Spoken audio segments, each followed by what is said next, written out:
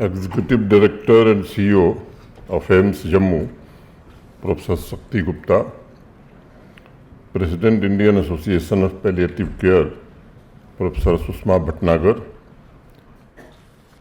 President Indian Association of Palliative Care, J&K Chapter, Dr. Rohit, Organizing Secretary for today's conference, Dr. Sunaina Gupta, distinguished delegates,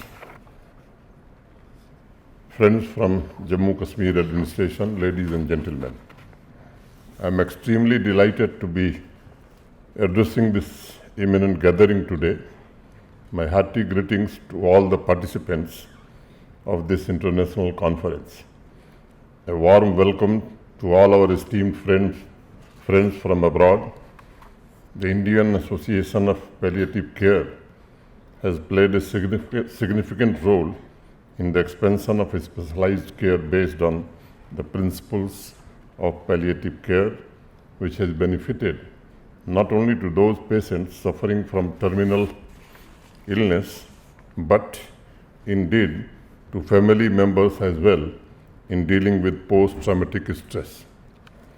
I am confident the 3-day-long deliberations with the renowned experts on various issues concerning palliative care will look into the challenges, integration of palliative care into healthcare at all levels, capacity building, recent advancement in pain management, and strengthening and incorporating principles of long-term care and palliative care.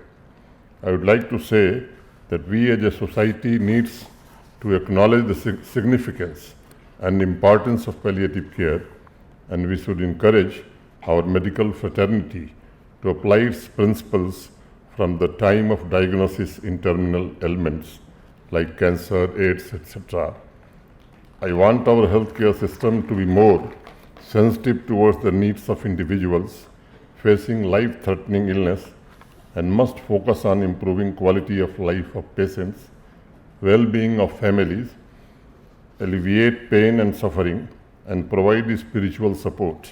I remember during the second wave of COVID pandemic, we were battling many challenges in Jammu and Kashmir, particularly related to health infrastructure, and I was a bit surprised that neither we had self-sufficiency in oxygen generation for patients, nor we had palliative care system in any of the districts. As Madam Susma said, even accessibility of rational quality pain relief was not available. So as soon as we recovered from COVID, our focus was to set up 10-bed state-of-the-art palliative care and geriatric care wards in all districts of Jammu and Kashmir. These facilities were dedicated to patients on 31st March 2022. Reflecting on that initiative, I can say we bridged a big void in our healthcare system by offering dedicated facilities to critically ill and aging patients, ensuring their dignity and quality of life. Our second goal was reaching out to remote areas with modern facilities, and with palliative care system in place, we were able to reduce urban-rural divide to a certain extent, and in many cases delivered services including medical and psychological support at people's doorstep. But our task is far from over. Palliative care system is constantly evolving, and we need to constantly work on strategic framework, SOPs, and effective implementation. Like many of you, I often wonder why our health ecosystem has not been able to successfully and seamlessly integrate curative care and palliative care. Definitely, we have made some progress in community awareness and pain management, thanks to our doctors and experts, but we keep asking ourselves, have we done enough? Did we do justice in implementing principles of palliative care along with modern treatment facilities in the rural areas? Whether the partnership between private sector and the government has been able in managing distressing clinical complications, I think these are important questions and has helped experts and policymakers strive for excellence in palliative care. We need to keep reminding ourselves that the patients with the terminal illness need more than just medicine. They need care with sensitivity and compassion. They need spiritual support. Such patients need a doctor or a nurse who would respect their wish. मित्रों, मैं कुछ वर्ष पहले palliative care के जाने माने doctor Timothy का संस्मरण एक बार पढ़ रहा था। पैलिएटिव केयर के लोग नाम जानते होंगे उनका। उन्होंने एक जगह लिखा कि हम अक्सर ट्रीटमेंट, सर्जरी और मेडिसिन में इतने उलझ जाते हैं कि हमें सामने बिस्तर पर पड़े इंसान की याद ही नहीं आती है और हम उसे अपने जीवन के उन महत्वपूर्ण दिनों को उसके हिसाब से जीने का अवसर ही नहीं दे पाते।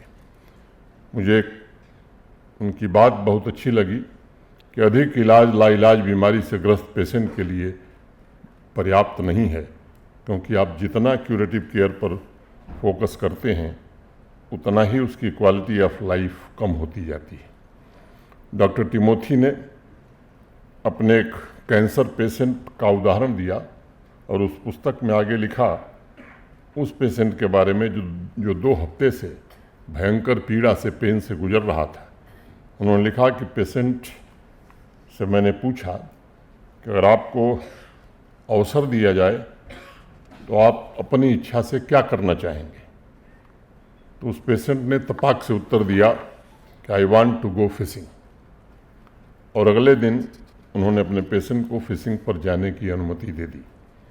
1 हफ्ते के भीतर उस पेशेंट ने दुनिया को अलविदा कह दिया।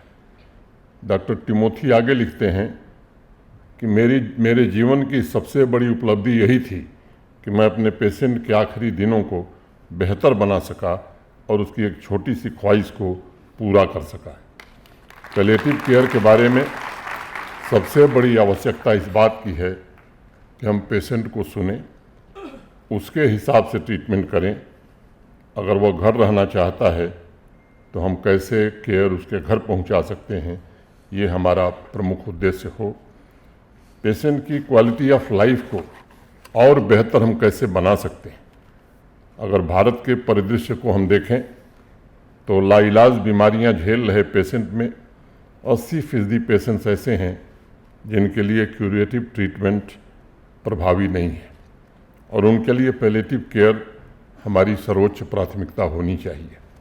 मुझे स्मरण है भारत के आदरणीय प्रधानमंत्री श्रीमान नरेंद्र मोदी जी ने 2017 में पैलिएटिव केयर की बुनियादी व्यवस्था को सभी राज्यों और केंद्र शासित प्रदेशों में पहुंचाने का निर्देश दिया था और इससे रिमोट एरियाज तथा कम संसाधन वाले क्षेत्रों को इसकी परिधि में लाने की दिशा में एक बड़ा कदम भारत सरकार ने उठाया। आप सब वाकिफ होंगे कि 2017 में ही प्रधानमंत्री जी के मार्गदर्शन में पैलिएटिव केयर के लिए ऑपरेशनल गाइडलाइन भारत सरकार ने जारी की तथा देश के सभी राज्यों को भारत सरकार ने फाइनेंशियल सपोर्ट देना प्रारंभ किया ताकि इस महत्वपूर्ण व्यवस्था का लाभ पूरी संवेदनशीलता और करुणा के साथ गंभीर रूप से बीमार लोगों तथा उनके परिजनों को मिल सके।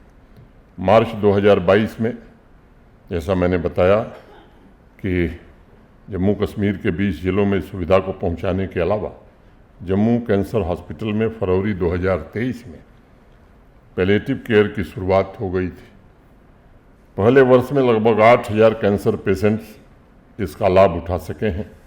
श्रीनगर में भी सपोर्ट सिस्टम को स्थापित किया जा चुका है।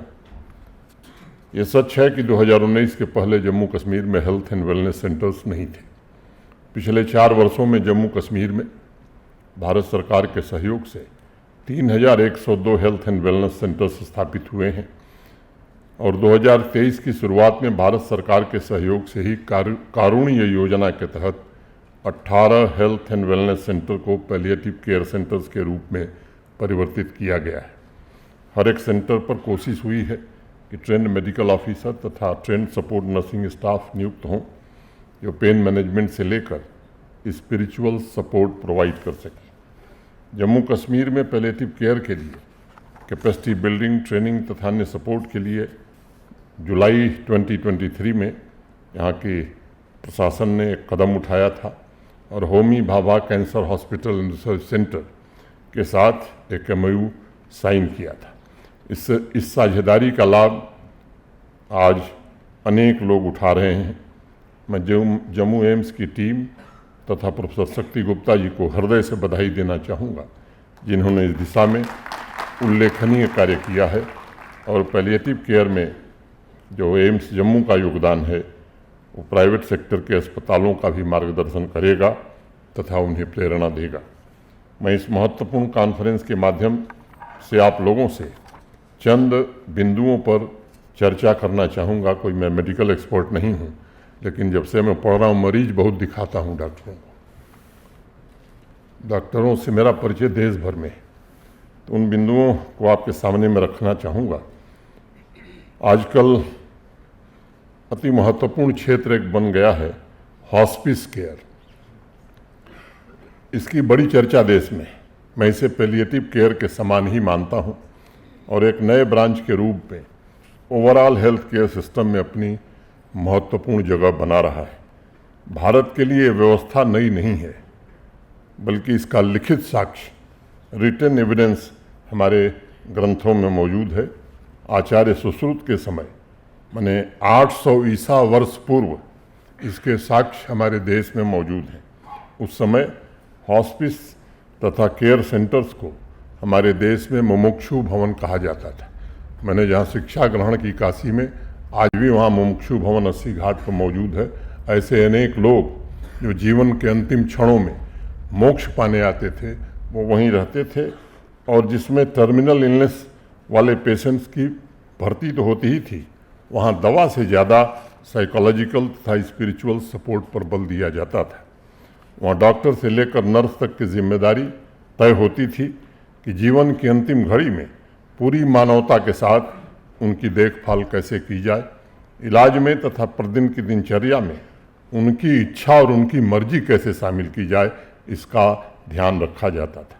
इसलिए मेरा आग्रह होगा आप लोगों से कि इस बात को अवश्य में ध्यान रखिए कि लाइलाज बीमारी के इंटीग्रेटेड इलाज का तरीका हमारे पूर्वजों ने पहले दिया था, जिसमें सिर्फ दवाइयाँ शामिल नहीं थीं, बल्कि फिजिकल, साइकोलॉजिकल और स्पिरिचुअल तीनों प्रकार की मिली जुली व्यवस्था हमारे देश में थी। आज भी एक दो प्राचीन शहरों में, जैसा मैंने कहा, मुमुक्षु भवन चल रहे हैं, लेकिन अब उन्हें चलाने वाले लोग कम हो गए और जिस प्रकार पहले के ज़माने में सपोर्ट स्टाफ काम करता था, उसका भी अभाव दिखाई पड़ रहा है।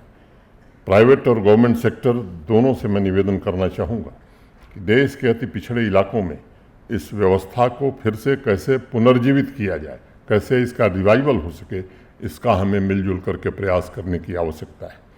भारत की बहुत बड़ी एक आबादी है जिसे इस व्यवस्था का लाभ मिल सकता है। क्योंकि ये तबका आर्थिक रूप से कमज़ोर है, इसलिए आप सबके सामूहिक सहयोग से ऐसे परिवारों पर दबाव, आर्थिक दबाव विशेष रूप से कम होगा। कारुण्य योजना के माध्यम से भारत सरकार रिमोट एरियाज तक पहुंचने का प्रयत्न कर रही है, लेकिन आप सबकी भागीदारी, मेडिकल ऑफिसर्स, नर्सेस की विशेष ट्रेनिंग, अनुकूल वातावरण के लिए SOPs का रिकमेंडेशंस, ये आपके ऐसे योगदान होंगे जिससे डॉक्टर्स तथा नर्सेस सेवा के संस्कार की भावना के साथ ऐसे मरीजों का ख्याल रख सकेंगे और अपने कर्तव्यों को पूरी तन्मयता से निभा सकेंगे। मैं समझता हूँ हमारे हेल्थ सिस्टम और हेल्थ केयर प्रोफेशनल्स की ये नैतिक जिम्मेदारी है कि वो पेशेंट्स के दर्द और पीड़ा को कैसे कम कर सकते हैं, फिर चाहे बीमारी का इलाज संभव हो या न हो। मेरा निवेदन है कि ऊपर से लेकर निचले स्तर तक पूरे हेल्थ केयर सिस्टम में दर्द से राहत के अलावा इस विषय की भी ट्रेनिंग दी जानी चाहिए कि ऐसे पेशेंट्स की देखभाल में निरंतरता कैसे लाई जा सकती है। मेरा तीसरा निवेदन होगा कि सभी एक्सपर्ट्स तथा Indian association of palliative care मिलकर मल्टी सेक्टोरल पार्टनरशिप कैसे प्रमोट कर सकते हैं ताकि ट्रेन केयर गिवर का ह्यूमन रिसोर्स पूल पूरे देश में और विशेष रूप से जम्मू कश्मीर में उपलब्ध हो सके। ये सच है कि पैलिएटिव केयर में अनेक ऐसे जटिल मुद्दे हैं जिनसे निपटने के लिए एक्सपीरियंस और एक्सपर्टीज दोनों चाहिए, और ये तभी संभव है जब हम मल्टी सेक्टोरल पार्टनरशिप पर विशेष रूप से ध्यान देंगे। चौथी बात मैं कहना चाहूँगा कि कम्युनिटी अवेयरनेस तथा डिस्ट्रिक्ट लेवल पर पैलिएटिव सपोर्ट एवं पेन मैनेजमेंट के लिए, जैसा अभी SOP आपने बनाई है, यूनिफॉर्म SOPs तैयार होनी चाहिए। मुझे अत्यंत प्रसन्नता है कि जम्मू एम्स ने आज एक नई पॉलिसी लॉन्च की है, पेन फ्री एम्स जम्मू का ऐलान किया है, जिसके माध्यम से पेन मैनेजमेंट के लिए स्टैंडर्ड प्रोटोकॉल तथा असेसमेंट के लिए गाइडलाइंस उपलब्ध होंगी। मैं एम्स जम्मू के pain free patient care vision की हृदय से भूरी प्रशंसा करना चाहता हूं। और पांचवा और आखिरी आग्रह मेरा होगा कि मेरी अपेक्षा है कि शोकाकुल परिवार के कठिन समय के लिए तथा उनके परिजनों, फैमिली मेंबर्स के लिए पोस्ट ट्रॉमेटिक स्ट्रेस से निपटने के लिए भी मेडिकल प्रोफेशनल्स तथा ट्रेन्ड कम्युनिटी वर्कर्स की व्यवस्था कैसे सुनिश्चित की जा सकती है, उसका भी एक स्टैंडर्ड प्रोटोकॉल एम्स जम्मू में बनना चाहिए। क्योंकि जो चला जाता है वो तो चला जाता है, लेकिन परिवार के जो सदस्य ट्रॉमा में आते हैं उनको कैसे हम आराम दे सकते हैं। आने वाले भविष्य को ध्यान में रखते हुए मैं संक्षेप में इसी विषय से जुड़ा हुआ एक और महत्वपूर्ण विषय केयर फॉर एजिंग पॉपुलेशन की भी चर्चा करना चाहूँगा। आप लोगों की तकनीकी भाषा में इसे जीरियाट्रिक केयर कहते हैं। माननीय प्रधानमंत्री जी ने इस सेक्टर पर विशेष ध्यान देने के निर्देश दिए थे। एक अनुमान के मुताबिक 2050 तक भारत की कुल आबादी का करीब 21% हिस्सा 20.8% पॉपुलेशन 60 ईयर से ऊपर की होगी। बुजुर्ग आबादी में इस वृद्धि के लिए हमें एक मजबूत केयर इकोनॉमी को विकसित करने की नितांत आवश्यकता है, ताकि हम सुनिश्चित कर सकें कि बुजुर्ग स्वस्थ, सम्मानजनक और पूर्ण जीवन जी सकें। वर्तमान में ग्लोबल स्टैंडर्ड की तुलना में भारत की केयर इकोनॉमी अभी अपने प्रारंभिक चरण में है, लेकिन आप लोगों ने भी महसूस किया होगा कि अभी से अर्बन माइग्रेशन तथा न्यूक्लियर फैमिली की वजह से एल्डर केयर सर्विसेज की मांग बढ़ने लगी है, देश में भी और जम्मू कश्मीर में भी। हमें हेल्थ केयर फैसिलिटीज़ तथा बुजुर्गों के लिए स्पेशल सर्विसेज में मौजूद गैप को समाप्त करने के लिए अभी से सोचना होगा। विशेष जीरियाट्रिक ट्रेनिंग वाला वर्कफोर्स तैयार करना होगा, और मेरा सुझाव होगा कि आने वाले समय में सभी एक्सपर्ट्स एक कॉम्प्रिहेंसिव हेल्थ केयर पैकेज इस देश के लिए और जम्मू कश्मीर के लिए डेवलप करें, जिसमें regular checkup, geriatric care, mental health support और पैलिएटिव केयर ये सभी शामिल हों। मैंने ज़्यादा वक्त लिया, मैं तीसरी बार यहाँ आया हूँ। जब 2 बार पहले आया था तो काम शुरू हुआ था। आज देख करके प्रसन्नता हो रही है कि अब सहसवा काल से निकल करके एक वटवृक्ष का रूप एम्स जम्मू ने, विजयपुर ने लिया है। मैं यहाँ के सभी फैकल्टी मेंबर्स और स्टूडेंट्स को हृदय से बधाई देना चाहता हूँ। With these words I once again welcome all the delegates. May this international conference become yet another successful milestone in the illustrious history of the Indian Association of Palliative Care. Jai Hind.